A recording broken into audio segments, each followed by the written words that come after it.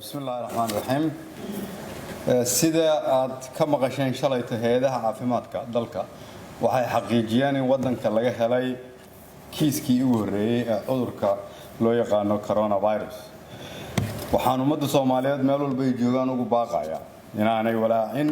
balse ay ku dadaalaan inay muujiyaan foojignaan dheeraad ah dawladdu waxay diyaarisay waxyaabaha muhiimka ah sidii looga hortagi lahaa cudurkan iyo qaabkii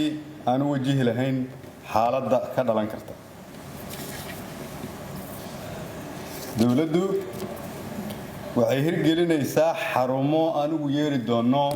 xarumaha badqabka oo ah xarumo aan rabno in lagu haayo dadka aan isleenahay waa in la karantiilaa inta la hubinayo caafimaadkooda ilaa hadda waxaan rajaynaynaa inaan sameeyno ugu yaraan 2 ama 3 xarumood sidoo kale waxaan rajaynaynaa in isbitaal Martini aan si gaar ah uga dhigno meeshii lagu daaweyn lahaa bukaamada waxa ku socota shaqo qalabayn iyo maalgelin si uu la tacaali karo isbitaalkaas dhibaatooyinka ka iman kara cudurkaas haddaba si aan ula tacaalno xaaladaha ka dhalan kara cudurkan loogana hortago waxaan ka codsanayaa shacabka Soomaaliyeed dhammaan meel walba ay joogaan inay raacaan talooyinka ay bixinayso wasaaradda caafimaadka iyo hay'adaha dawladda ee hawshan ku howlan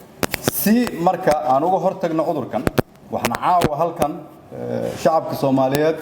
u sheegaynaa in la xiro iskuulada iyo jaamacadaha laga bilaabo maalinta berri ah oo ay xirnaadaan 15 maalmood kadibna ay ka sugaan warbixin dheeraad ah dawladda Soomaaliyeed sidoo kale waxaan soo jeedinaynaa in la joojiyo dhammaan kulamada waaweyn xafladaha iyo isku soo baxyada fagaarayaasha si looga hortago cudurkan foojignaantana aan u xoojino dawladdu waxay kala shaqeynaysaa arrinkan dhammaan qaybaha kala duwan ee bulshada si aan u muujino wax ka qabadka cudurkan waxay xukuumaddu maantay meel gaar ah dhigtay $5 milyan oo ah lacagtii ugu horeysay oo u qoondeyno oo lagu la tacaali doono cudurkan lacagtaas waxa uu qaban doonaa qof walba oo Soomaaliyeed oo dhibaato ka soo gaartay cudurkan meel walba oo ay dalka ka joogaan hadii Ilaahay yiraahdo sidoo kale waxaan wada hadallo kula jirnaa hay'adaha dhaqaalaha adduunka si aan uga helno caawinaadii looga hortagi lahaa cudurkan dalka Soomaaliyeed oo dhan waxa kaloon sidoo kale la fariisanay oo aan talooyin isweydaarsanay ganacsatada Soomaaliyeed sidii iyadana aanu xaqiijin lahayn saameynta cudurkan uu ku yeelan karo dhaqaalaha oo aan uga hortagi lahayn ugu dambeyntii waxaan leeyahay shacabka Soomaaliyeed waxa ugu xooggan ay haystaan